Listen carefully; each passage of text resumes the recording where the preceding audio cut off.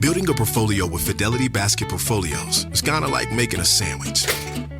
It's as simple as picking your stocks and ETFs, sort of like your meats and other topics, and managing it as one big, juicy investment.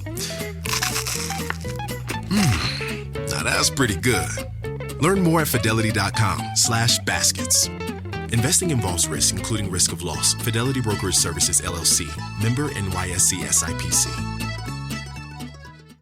Ryan Reynolds here from Mint Mobile with a message for everyone paying big wireless way too much. Please, for the love of everything good in this world, stop. With Mint, you can get premium wireless for just $15 a month. Of course, if you enjoy overpaying, no judgments, but that's weird. Okay, one judgment. Anyway, give it a try at mintmobile.com/switch. Upfront payment of $45 for 3-month plan, equivalent to $15 per month required. Intro rate first 3 months only, then full price plan options available. Taxes and fees extra. See full terms at mintmobile.com. Support for this podcast comes from CDTA, The Eagle, a Times Union podcast driven by CDTA.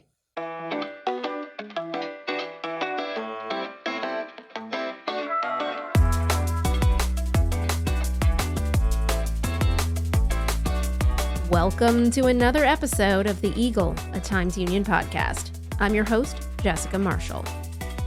There is a lot going on this week, and I feel like I do say that every week, but this week I promise it's particularly true. We only have a finite amount of time to squeeze it all into one episode, so I'm going to get right to it, starting with a few top headlines to catch you up on the latest. 5 corrections officers have been charged now with murder, 3 with manslaughter, and 1 with tampering with evidence for the beating death of Robert L. Brooks at a central New York prison last December. The brutal beating was recorded on body cam footage worn by some of the officers at the scene. An autopsy determined that Brooks's cause of death was, quote, compression of the neck and multiple blunt impact injuries. Video of passengers on an Allegiant Air flight at Albany International Airport on Monday went viral.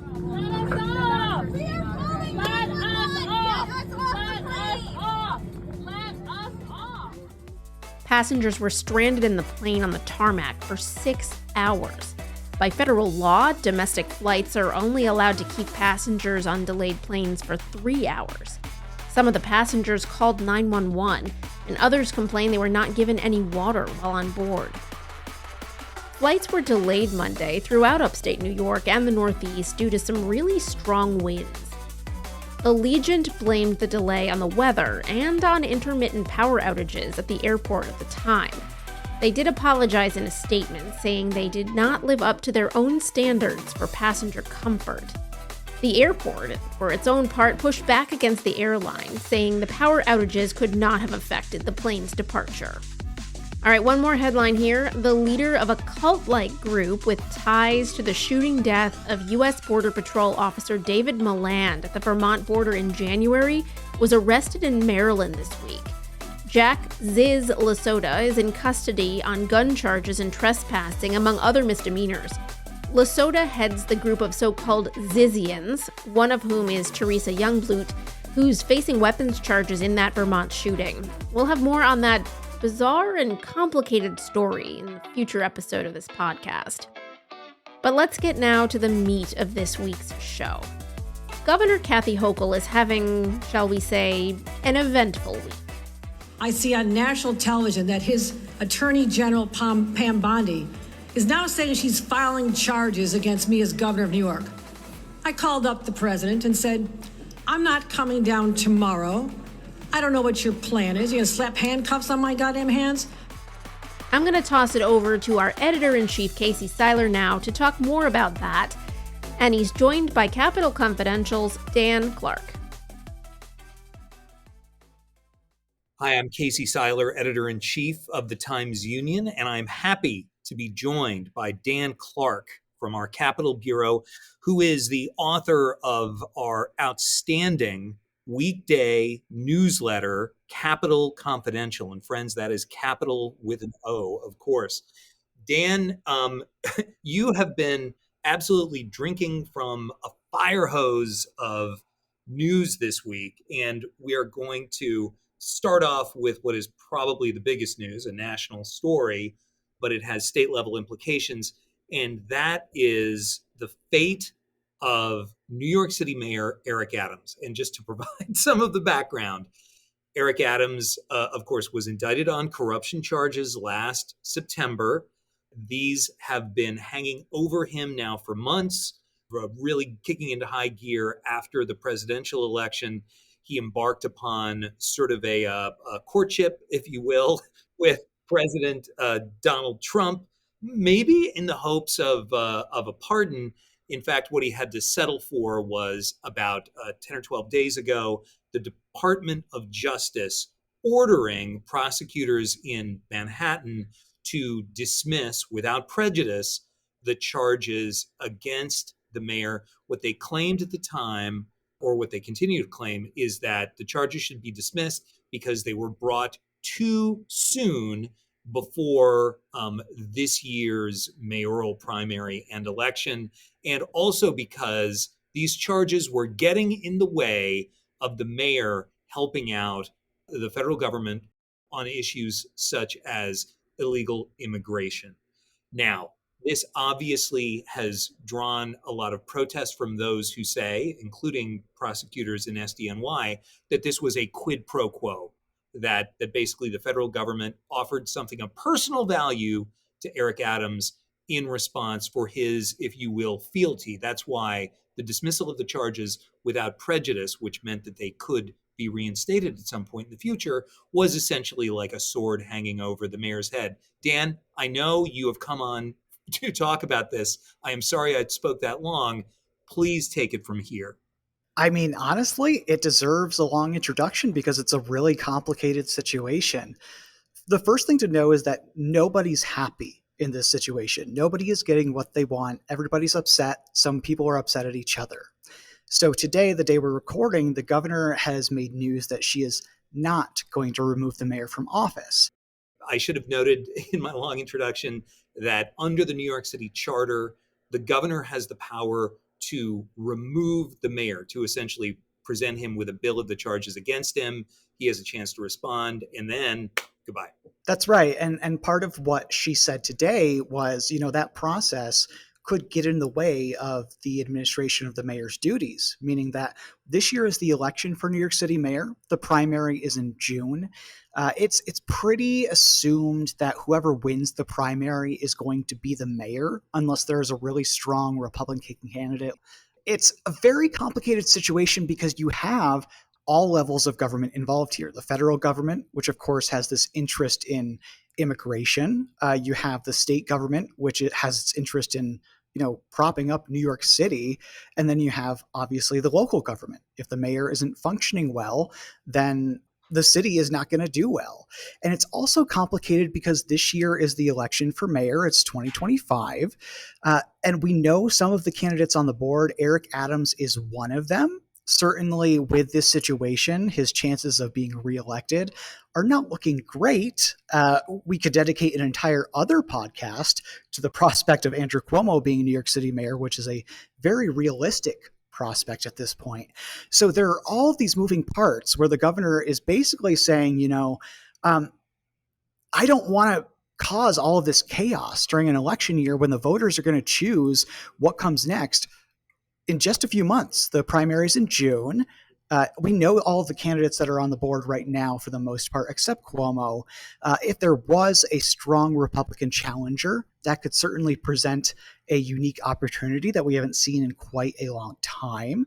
But we don't really know politically how it's going to shake out, and especially for Hochul as well. The race for mayor is this year. The race for governor is next year. And we know that the common thought is that a winning candidate for governor has to secure at least 30% of the vote in New York City. So if a Republican gets more than 30% of the vote, gets a lot of the vote elsewhere in the state, they have a good chance at beating Hochul. So there's a lot on the line for everybody involved.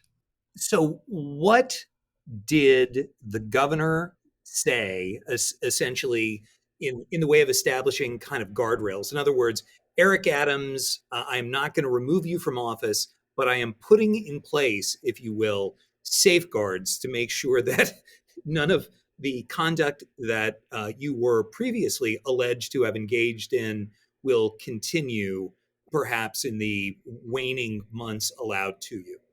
No, exactly. And it's really just about getting eyeballs on City Hall and city government in general and providing a little bit more independence, flexibility among some city officials. So there are three major actions that Hochul is taking. Just to briefly describe them, there's going to be a new deputy inspector general in the state inspector general's office that's just looking at city affairs. So that person is going to be in charge of what the inspector general is in charge of, looking and seeing if there's any misconduct, malfeasance, and then bringing those cases either to prosecution, civil action, that type of thing. Number two, Hochul wants to give the city controller, the public advocate, and the city council speaker power to file litigation against the federal government. That's really important because right now that power rests only with a corporation council of New York City, which is kind of like the state attorney general equivalent in the city, but it's a little bit different. So under this change, those people would be able to file that litigation outside of the corporation council with an outside law firm. Eric Adams, the mayor, controls the corporation council, so they'd have a lot more independence there. And then number three, in the state controller's office, there's going to be more funding and oversight dedicated to city funding and city affairs there as well. So it's a lot of guardrails that are intended to kind of keep the checks and balances between the state and the city in check without saying, Mayor, I don't want you in office. I don't think that you're confidently running city government. She's saying, I'm going to give you a shot here. And she importantly said that these are only in place at this time. She's not ruling out removing Adams down the road if anything changes. All right, moving on to a related topic, basically under the heading of trouble for Kathy Hochul that involves the federal government in New York City. On Wednesday, the Federal Department of Transportation rescinded the approval that had been given by the agency under the Biden administration for New York City and the state to proceed with congestion pricing, which is, of course, the tolling regimen that affects a large chunk of Manhattan that was put in place both to reduce traffic in that heavily congested area and also to generate revenue, badly needed revenue for the MTA. The state is now going to wage a legal fight to try to hold on to congestion pricing, which has only been in place for a couple of weeks. I watched, as I'm sure you did, Dan, the governor's Wednesday afternoon press conference in response to that.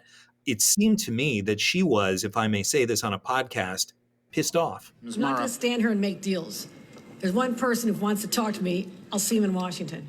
I've never seen her so mad about something, and I think it was real anger is the thing. You see a lot of elected officials who kind of have this faux outrage, faux anger about something. But I think she felt really betrayed by this decision. She was supposed to meet with the president this week specifically to talk about congestion pricing. She really wanted to find a way forward. And it doesn't seem like she got a heads up.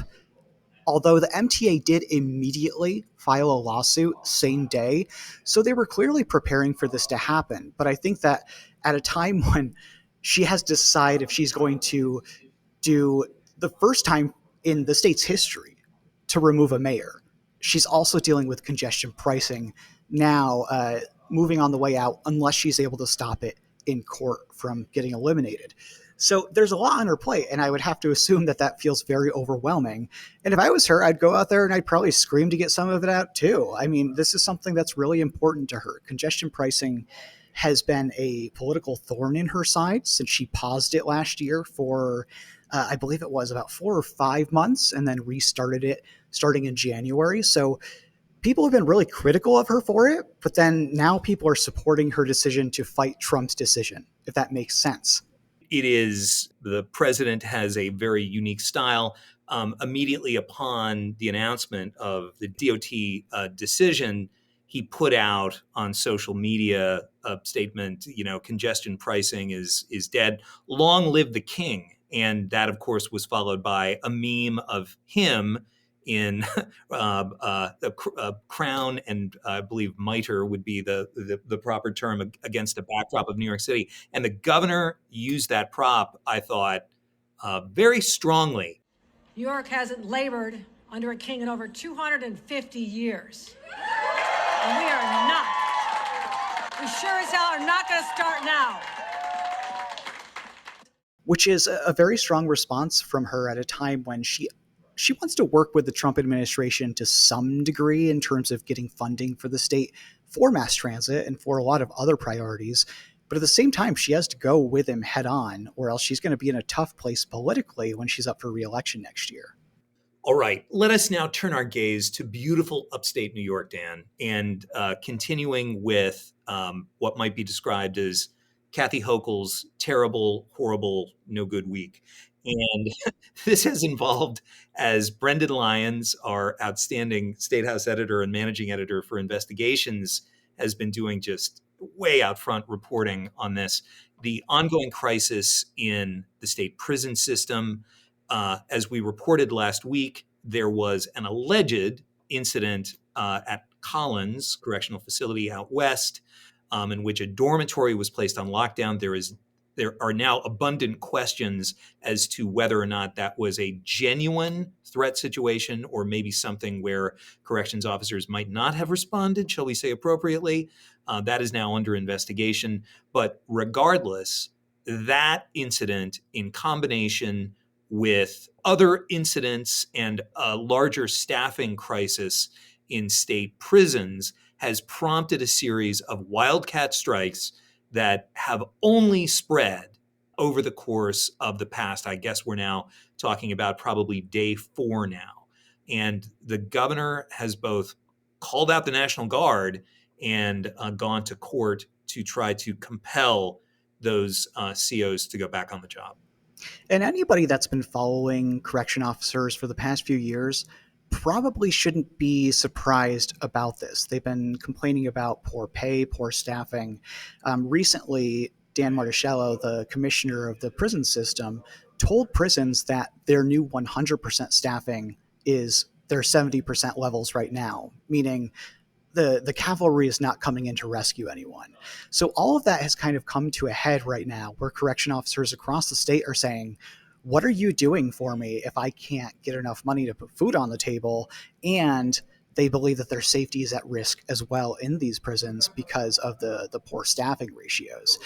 But it's complicated, as you said, because Hochul is threatening legal action. Public employees are not allowed to strike. It is illegal under the Taylor law in New York. So she's already commenced legal action, got a judge to compel these officers to go back to work. But as we see here on Thursday, they have not gone back to work. The strikes have continued. And now the question is, what happens now? I was speaking to a legal expert from Cornell yesterday, Lee Adler, who told me that what Hochul could do at this point is go back to the judge and say, hey, they didn't go back to work.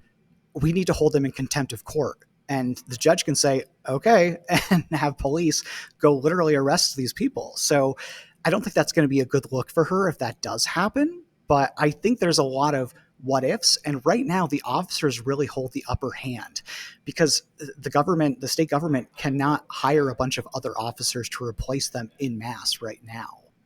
Dan, I really appreciate your taking the time. Give me a more fun story that you are pursuing right now than any of the madness that we have just spent the last couple of minutes discussing. You know, I don't know if the word fun is what I would use, and thank you for the kindness. It's been a joy to do the newsletter. That's capitalconfidential.com with an O, everybody who's listening.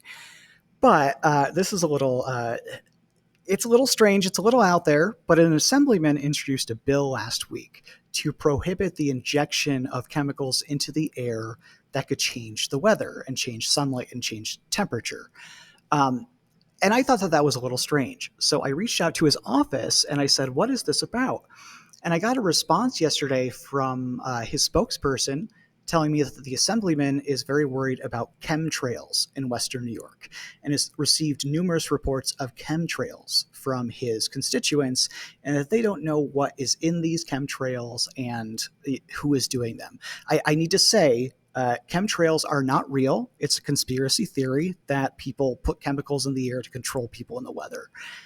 It's just not something that's happening. So that's something that I'm pursuing right now, and we'll see how it works out. Thank you for that. I needed it. Dan Clark, thanks for taking the time. Back to work. Thanks. For more State House news, check out our New York section on timesunion.com, or go ahead and subscribe to the Capitol Confidential newsletter at capitolconfidential.com. That's Capital with an O. That is it for this week. We will be back next week with another look inside our newsroom. The Eagle is a production of the Times-Union, produced and edited by myself, Jessica Marshall, with help from Erica Smith and the Times-Union digital team. Our music is Flyin' by Top Floor. Special thanks to Casey Seiler and Dan Clark for their contributions to this episode. Got questions or comments about the Eagle or any of the Times-Union podcasts? Email us at podcast@timesunion.com.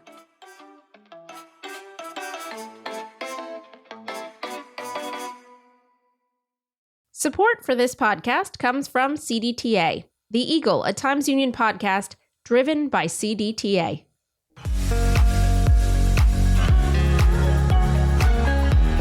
If you're enjoying this podcast, take advantage of all the Times-Union has to offer and support our efforts to bring you award-winning journalism by becoming a Times-Union subscriber today. Go to timesunion.com/subscribe.